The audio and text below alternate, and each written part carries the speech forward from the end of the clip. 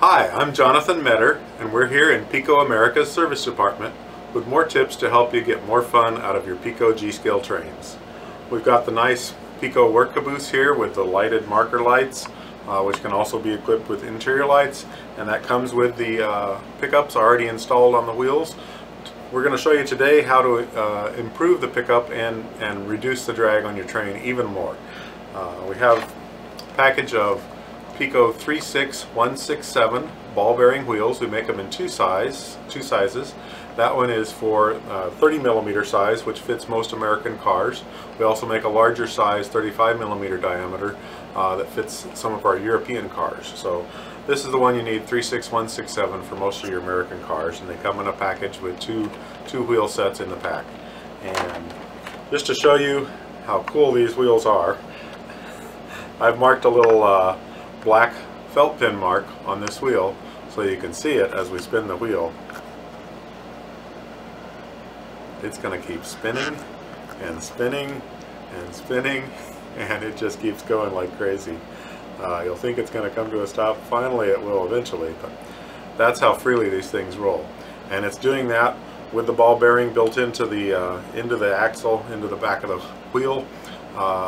And it's doing that while it's picking up electricity for your car. So that's a great way for any of your lighted passenger cars or cabooses, even on the tenders, to pick up electricity for your locomotives with almost no drag. It rolls even more freely than the conventional wheels do in the axles. So we're going to get down to this and give it a try.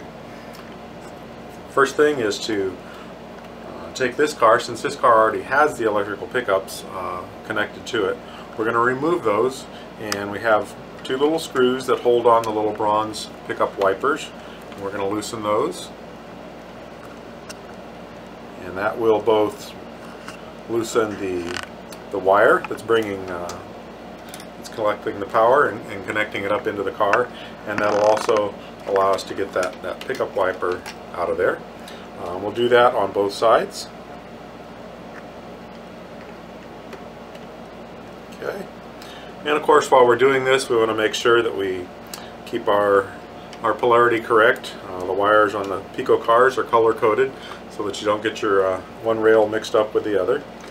And pardon my hands that are probably in the way of seeing that, but okay. Alright. And we'll go ahead and snap the old wheels out. Those are the conventional metal wheels, and now we can install the new ball bearing wheels in those trucks. Okay, there you get a good view of it. And before we go much further, one thing I should point out is I'm always a fan of having good tools, proper tools to do the job. It makes it go so much easier. And the PIKO 35240 screwdriver set is a set of 4 very high quality precision screwdrivers. In fact, some of them even have little serrations or teeth on the tips which grip the screws. They're almost like shark's teeth. They really grip into the screws and keep the screws from slipping off. When you're working with little tiny screws, that's usually in tight places, that's a very handy thing. So the PIKO ball bearing wheels have little screws that go through the axles, and these are a unique little shouldered screw, which also provides a pin on one side for sliding electrical contacts. Some people use those, or you have a screw here that can go through an eyelet, which is what comes on the PIKO cars from the factory. So we're going to replace the screws that came in the trucks with these little screws that are on the ball bearing wheels, and I've already removed them from one of the trucks here, and I'm just going to pass that screw into the little hole here, and get that started. That takes a small flat blade screwdriver.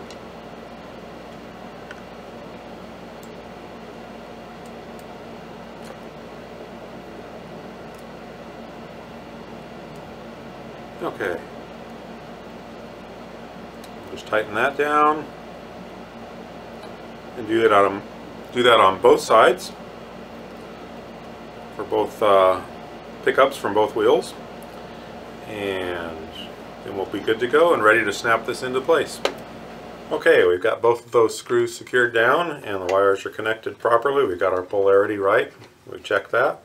So we're going to snap this wheel set back into place on the truck.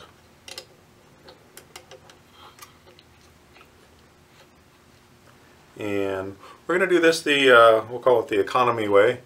And we're just going to reuse one of the original conventional metal wheel sets for the other axle on this truck. And we're going to snap that into place. And there we go.